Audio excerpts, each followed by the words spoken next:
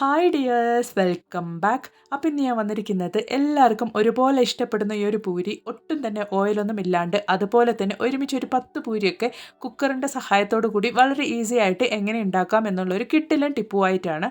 അപ്പോൾ എൻ്റെ ഈ വീഡിയോ ഒന്ന് എല്ലാവരും ഫുള്ളായിട്ട് സ്കിപ്പ് ചെയ്യാണ്ട് കണ്ടു നോക്കുക. അപ്പോഴാണ് ഞാൻ ഈ പൂരി എങ്ങനെയാണ് ഉണ്ടാക്കുന്നത് എന്നുള്ളത് നിങ്ങൾക്ക് മനസ്സിലാവുള്ളൂ.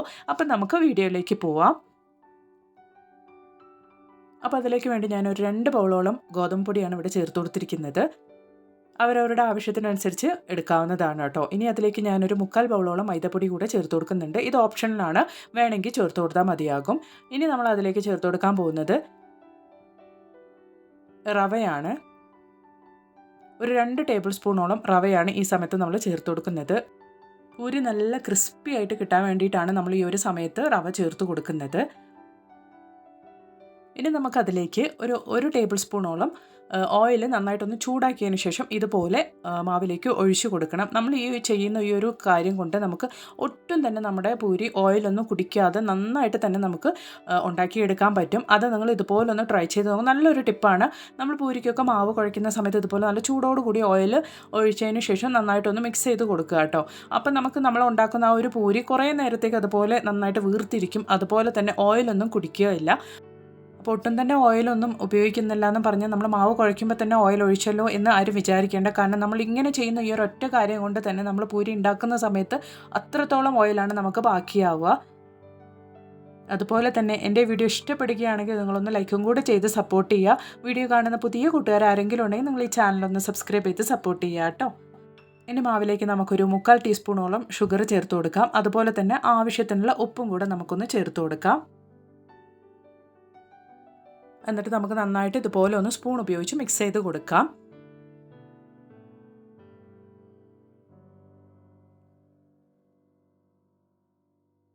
ഇനി നമുക്ക് മാവിലേക്ക് ആവശ്യമുള്ള വെള്ളം ഒഴിച്ചു കൊടുത്ത് നല്ല രീതിക്ക് ഒന്ന് കുഴച്ചെടുക്കാം. ഒഴിക്കുന്ന വെള്ളം ഇളം ചൂടോട് കൂടിയുള്ളതായിരിക്കണം. അപ്പോഴാണ് നന്നായിട്ട് നമ്മുടെ പൂരി പെർഫെക്റ്റ് ആയിട്ട് കിട്ടുള്ളൂ. ഇതൊക്കെ ഒരു നല്ല ടിപ്പാണ്. നിങ്ങൾ പൂരിക്ക് മാവൊക്കെ കുഴയ്ക്കുന്ന സമയത്ത് ഇതുപോലെ റവ ഉപയോഗിക്കുന്നതും അതുപോലെ തന്നെ ചൂടുള്ള എണ്ണ ഉപയോഗിക്കുന്നതും ഇളം ചൂടുള്ള വെള്ളം ഉപയോഗിച്ച് കുഴയ്ക്കുന്നതൊക്കെ നല്ലൊരു ടിപ്പാണ്. ട്രൈ ചെയ്ത് നോക്കുക കേട്ടോ പൂരി ഉണ്ടാക്കുന്ന സമയത്ത്. അതുപോലെ തന്നെ നിങ്ങൾ പൂരിക്ക് മാവ് കുഴയ്ക്കുന്ന സമയത്ത് ഒരുപാട് സോഫ്റ്റ് ആയിരിക്കരുത്. ഇതുപോലെ കുറച്ച് കട്ടിക്ക് തന്നെ കുഴച്ചെടുക്കാൻ നോക്കണം. അപ്പോഴാണ് നമുക്ക് നല്ല പെർഫെക്റ്റ് ആയിട്ട് പൂരി നല്ല വീർത്ത് വരുള്ളൂ കേട്ടോ. ഒരുപാട് സോഫ്റ്റ് ആയിട്ട് നിങ്ങൾ കുഴയ്ക്കരുത്. കുറച്ചതായി ഇതുപോലെ നല്ല കട്ടിക്ക് തന്നെ ഒന്ന് കുഴച്ചെടുക്കാൻ നോക്കണം കേട്ടോ. ഒരുപാട് പേർക്ക് ഒരുപോലെ ഇഷ്ടപ്പെട്ട ഒരു വിഭവമാണ് ഈ ഒരു പൂരി. അപ്പോൾ അത് ഒട്ടും തന്നെ ഓയിലൊന്നും കുടിക്കാണ്ട് നല്ല രീതിക്ക് അതും വളരെ എളുപ്പത്തിൽ നമുക്ക് ഉണ്ടാക്കാൻ പറ്റുന്ന ഒരു ടിപ്പാണ്. ഉറപ്പായിട്ട് നിങ്ങൾ ഇതൊന്ന് ട്രൈ ചെയ്ത് നോക്കുക. ഇതുപോലൊന്ന് ഉണ്ടാക്കി നോക്കുക കേട്ടോ. പൂരി ഇനി ഉണ്ടാക്കുന്ന സമയത്ത് ഇങ്ങനെയൊക്കെ ചെയ്യുന്നതുകൊണ്ട് തന്നെ നമുക്ക് ഒരുപാട് ഓയിൽ സേവ് ചെയ്യാൻ പറ്റും. അപ്പോൾ ഇനി നമുക്ക് പൂരിയിലേക്കുള്ള മാവ് ഇതുപോലൊന്ന് നന്നായിട്ടൊന്ന് റോൾ ചെയ്തെടുക്കാം.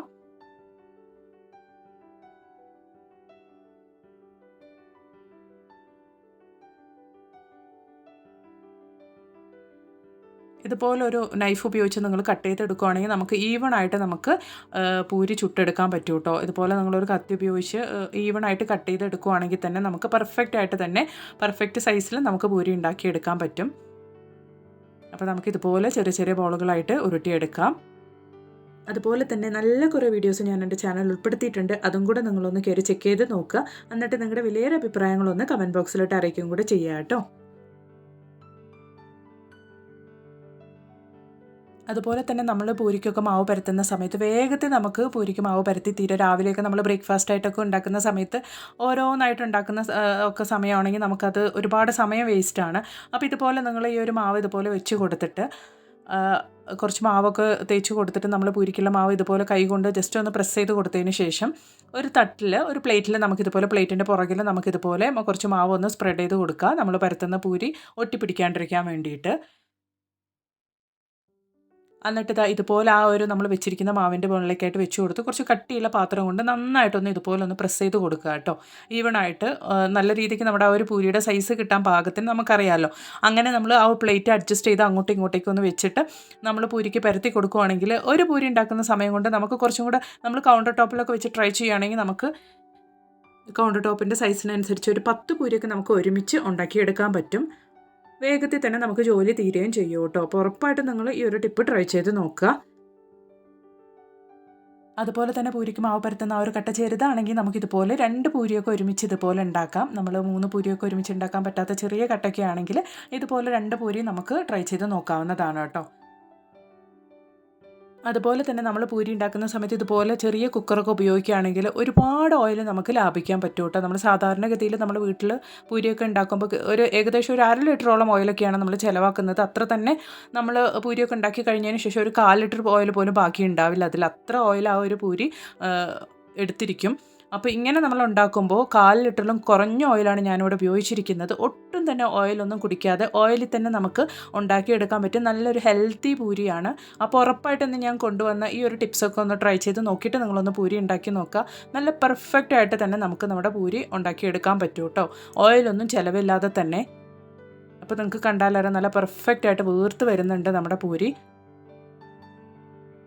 ശരീരഭാരമൊക്കെ കുറയ്ക്കാൻ വിചാരിക്കുന്നവർക്ക് ഏറ്റവും പേടിയുള്ള ഒരു കാര്യമാണ് ഈ ഒരു പൂരി കഴിക്കുന്നത്. കാരണം ഒരുപാട് ഓയിലൊക്കെ കുടിക്കുന്നതാണ് ഈ ഒരു പൂരി. അതുകൊണ്ട് തന്നെ ഒരുപാട് കാലറീസൊക്കെ ശരീരത്തിൽ ജാസ്തിയാകും എന്നുള്ള ഒരൊറ്റ കാരണം കൊണ്ട്.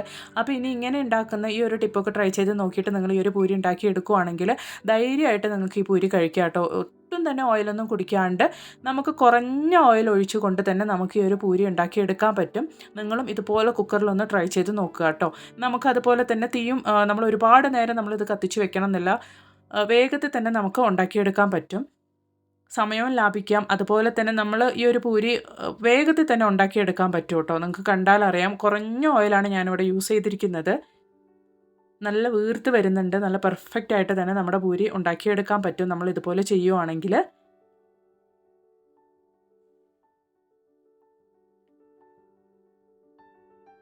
ഈ പൂരി ഒരുപാട് ഓയിൽ കുടിക്കുന്നതുകൊണ്ട് തന്നെയാണ് ഒരുപാട് പേർക്ക് ഇഷ്ടപ്പെട്ട ഒരു വിഭവമാണെങ്കിൽ കൂടെ ഒരുപാട് പേർ ഇത് കഴിക്കാണ്ടിരിക്കുന്നതും.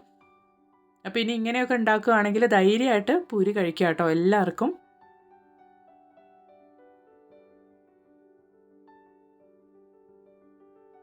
അതുപോലെ തന്നെ നമ്മൾ ഈ ഒരു പൂരിക്ക് വേണ്ടി ഉപയോഗിക്കുന്ന ഈ ഒരു ഓയിൽ പിന്നീട് നമ്മൾ റീയൂസ് ചെയ്യുന്നത് നമുക്ക് അത്രയ്ക്ക് നല്ലതല്ല ഹെൽത്തിന്. നമ്മൾ ഓയിലൊക്കെ നമ്മൾ റീയൂസ് ചെയ്ത് ഉപയോഗിക്കുന്നത് നമ്മുടെ ശരീരത്തിന് അത്രയ്ക്ക് നല്ലതല്ല.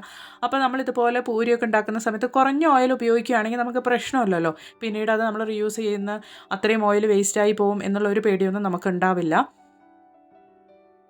ഇതാ നിങ്ങൾക്ക് കണ്ടാലറിയാം എത്രത്തോളം കുറഞ്ഞ ഓയിലാണ് ഞാൻ ഈ ഒരു പൂരി ഉണ്ടാക്കിയെടുക്കുന്നത് എന്നുള്ളത് നിങ്ങൾക്ക് കണ്ടാലറിയാം.